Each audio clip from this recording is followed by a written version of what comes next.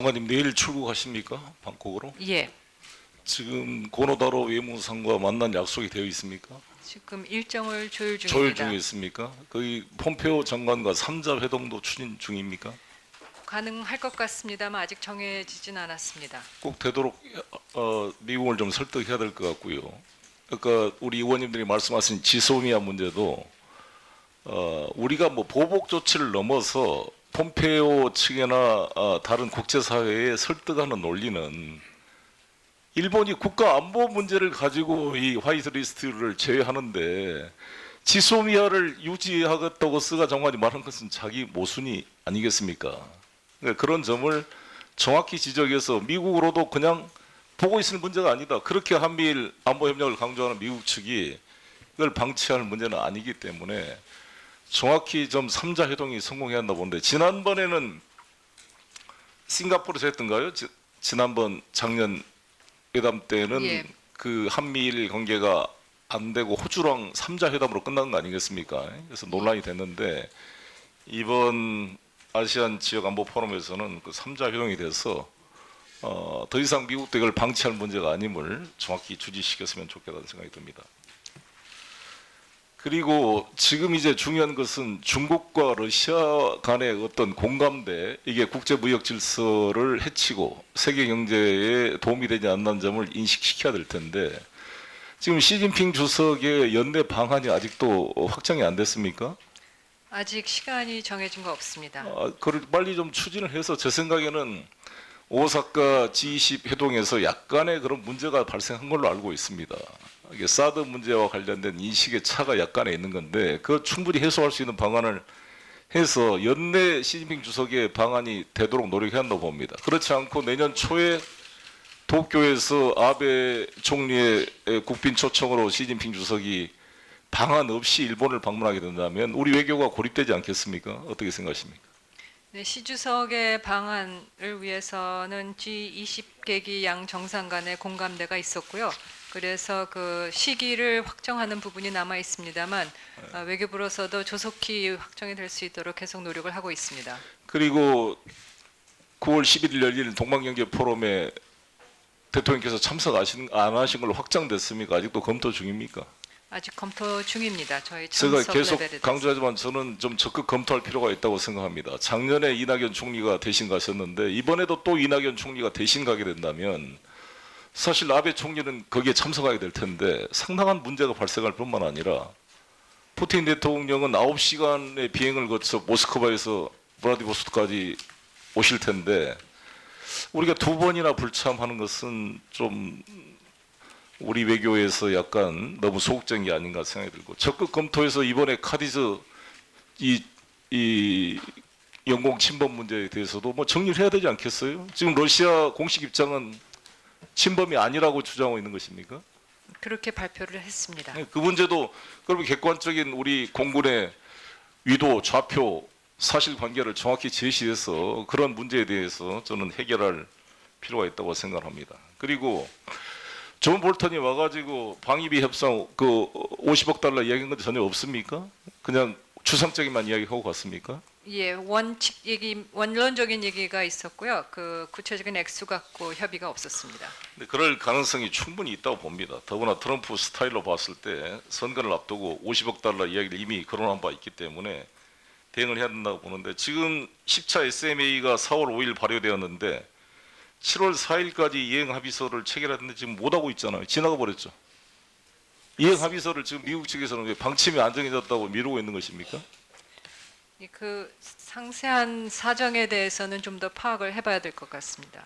아니 그러니까 지금 제가 지난번에도 듣기로 미국 협상팀도 우리 협상팀한테 미안하다고 할 정도로 트럼프 대통령이 예측 불가능하게 이것을 요구하고 있기 때문에 당혹해하는 것을 보았는데 대응을 좀 잘 해야 될 것 같아요. 이걸 해서 저는 여러 가지 이 사실 방위비 협상 분담의 그 트럼프 대통령의 논리가 정말 이해할 수 없는 논리가 많은데 어떻게 우리가 대응해야 될지 좀 같이 머리를 맞댔으면 좋겠습니다. 그리고 통일부 장관한테 질문 드리겠는데 지금 5만 톤을 안 받겠다는 겁니까 이제?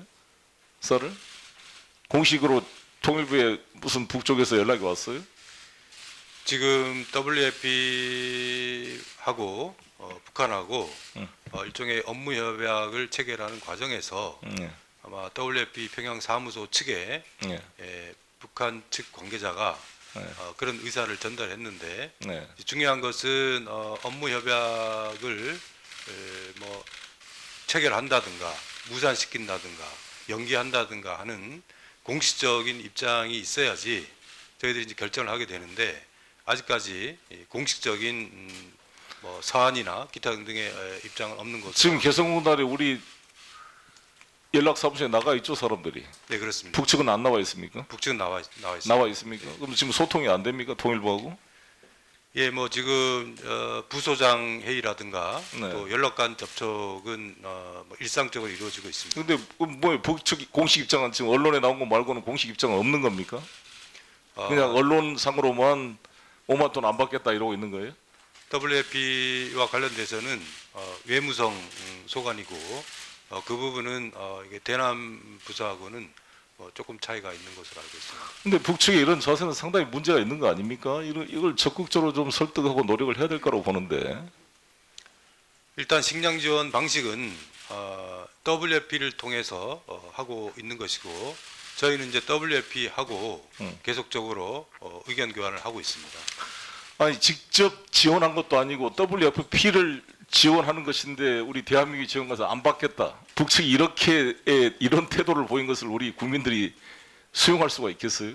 아직까지 공식적으로 확인되지는 않고 있습니다. 그 800만 달러 그 유니세프를 통해서 가는 건 어떻게 됐습니까? 그것은 집행이 됐습니다. 집행 이미 됐습니까? 아무튼 이 남북 관계도 이렇게 북이 더 이상 예, 예, 1분. 우리와 대화를 하지 않겠다라고 통미봉남식으로 가고 있어서 걱정인데 아무튼 이것을 우리 통일장관님이 좀 지혜롭게 뚫어내야 될 것 같아요. 이 문제를 부위 대통령께서도 잘 합의를 해야 될 거라고 보는데 이 연내에 사실 그 개성공단 복원 문제와 금강산강 복원 문제에 대해서 지금 우리와 미국 간에 어떤 공감대나 추진되는 게 있습니까? 우리 장관님, 통일부 장관님. 예, 지금은 개성공단 기업인의 자산 점검을 위한 방북에 대해서는 한미 간에 네. 공감대가 있습니다. 그 외교부 장관님, 예. 그 호르무즈 파병 요청에 대해서는 공식 요청이 왔습니까? 존 볼턴에서 우리가 내부에서 어떤 결정을 하고 있습니까? 공식 요청은 라고 말할 수는 없고요. 미측이 협의를 주요 우방국들과 협의하는 과정에 우리가 참석을 하고 있습니다.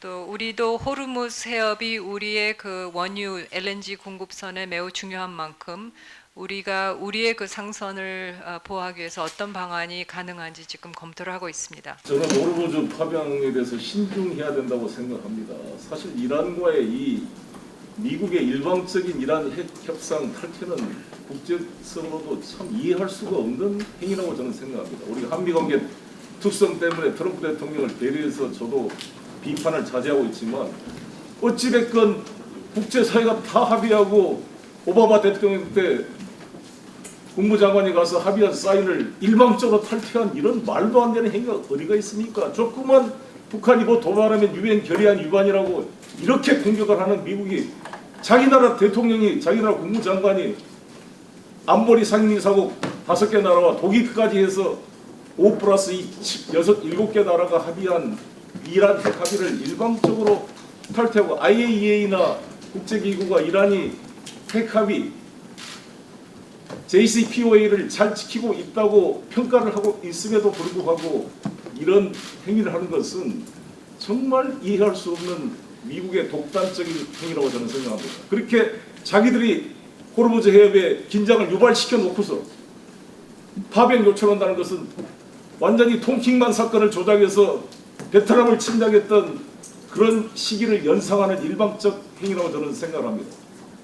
이에 대해서 우리는 신중하게 판단하고 제가 그제도 이란 대사와 만나서 이 문제를 상의를 해봤는데 이란 측은 우리 대한민국에 대해서 대단히 우호적일 뿐만 아니라 아무런 적대 의사가 없는 나라인데 이란이 지금 석유 대납으로 우리 IBK와 7조 원의 대금을 사실상 미국의 통제로 좀 쓰지도 못하고 억류되고 있는 억울함을 호소하고 있습니다. 이에 대한 신중한 접근이 필요하다고 생각합니다.